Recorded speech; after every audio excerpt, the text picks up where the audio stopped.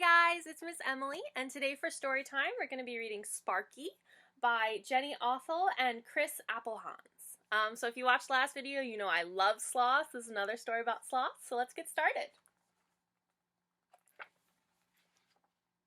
So Sparky. I wanted a pet. A bird or a bunny or a trained seal.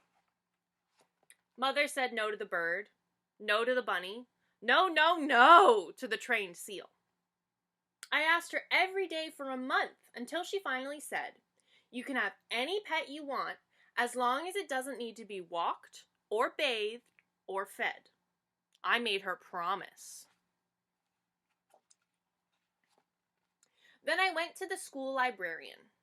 Miss Kinklebaum, who knows everything in the world, pointed me to the volume S of the Animal Encyclopedia. This is what I found. Sloth. Sloths have been known to sleep more than 16 hours a day. They sometimes hang upside down in trees, barely moving for long periods of time. They survive by eating leaves and drinking the dew that collects in them. It is said that sloths are the laziest animals in the world. My sloth arrived by express mail. He was about the size of a medium-ish dog, with a flat nose and a monkey face. My mother wasn't happy, but a promise is a promise, I said. And look, there's Sparky. He's in a little box because he got mailed. Sparky, I decided. That will be your name. I took him outside to his tree. Sparky went right to sleep. I made a sign and put it under the tree. It says, "Guard sloth, enter at your own peril." It was 2 days before I saw him awake. So he's asleep in the tree. He didn't know a lot of games, so I taught him some. We played King of the Mountain, and I won. We played hide and seek, and I won. We played Kung Fu Fighter, and I won. We played Statue, and Sparky was very, very good.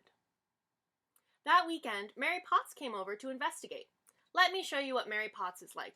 This is a picture of her room. So this says, excellence in permission slip compliance, most likely to chew closed-mouthed in the lunchroom, and best fire drill liner upper. Before she even took off her coat, Mary said, "Let me see your new pet." I had some worries, but I took her out to Sparky's tree. He opened his eyes and looked at us. Then he closed them again. I rubbed his belly, but it was too late. We stood there for a while watching him sleep, his fur ruffled gently in the breeze. "I feel sorry for you," Mary said. "My cat can dance on her hind legs, and my parrot knows 20 words, including God and ice cream." "Sparky knows tricks too," I told her, but she didn't believe me. The next day I made a poster and nailed it to the tree outside of Mary Potts' house. It says, "Trained Sloth Extravaganza! Countless tricks to mystify you! Just 7 days away!" All week we trained in secret. Sometimes Sparky slept through practice and I had to poke him awake. Sometimes he forgot what he was doing and we had to start over. Sometimes he took so long to fetch that I went inside and had dinner while I waited. I was starting to think the poster had been a mistake, but a promise is a promise. On the day of the Trained Sloth Extravaganza, my mother set up lawn chairs. 3 people came to see Sparky perform. My mother, Mary Potts, and Mrs. Edwin, the crossing guard. Mrs. Edwin approved of Sparky because he never ran in the street. "Do I look like a ringmaster?" I asked my mother. "You look very interesting," she told me.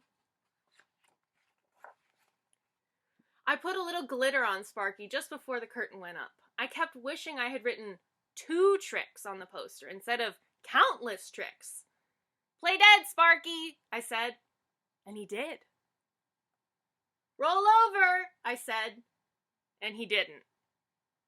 "Speak," I commanded. We all waited and waited. "Speak," I said. Sparky looked at me. The only thing you could hear was the wind in the trees.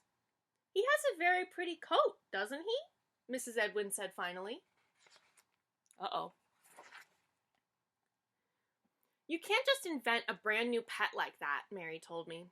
"A pet no one's ever even had."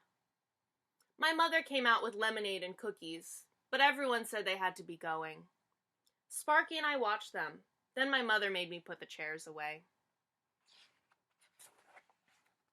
Afterwards, I gave Sparky a cookie, but he ate it so slowly I took it back again. It was getting dark out. I looked at him, and he looked at me.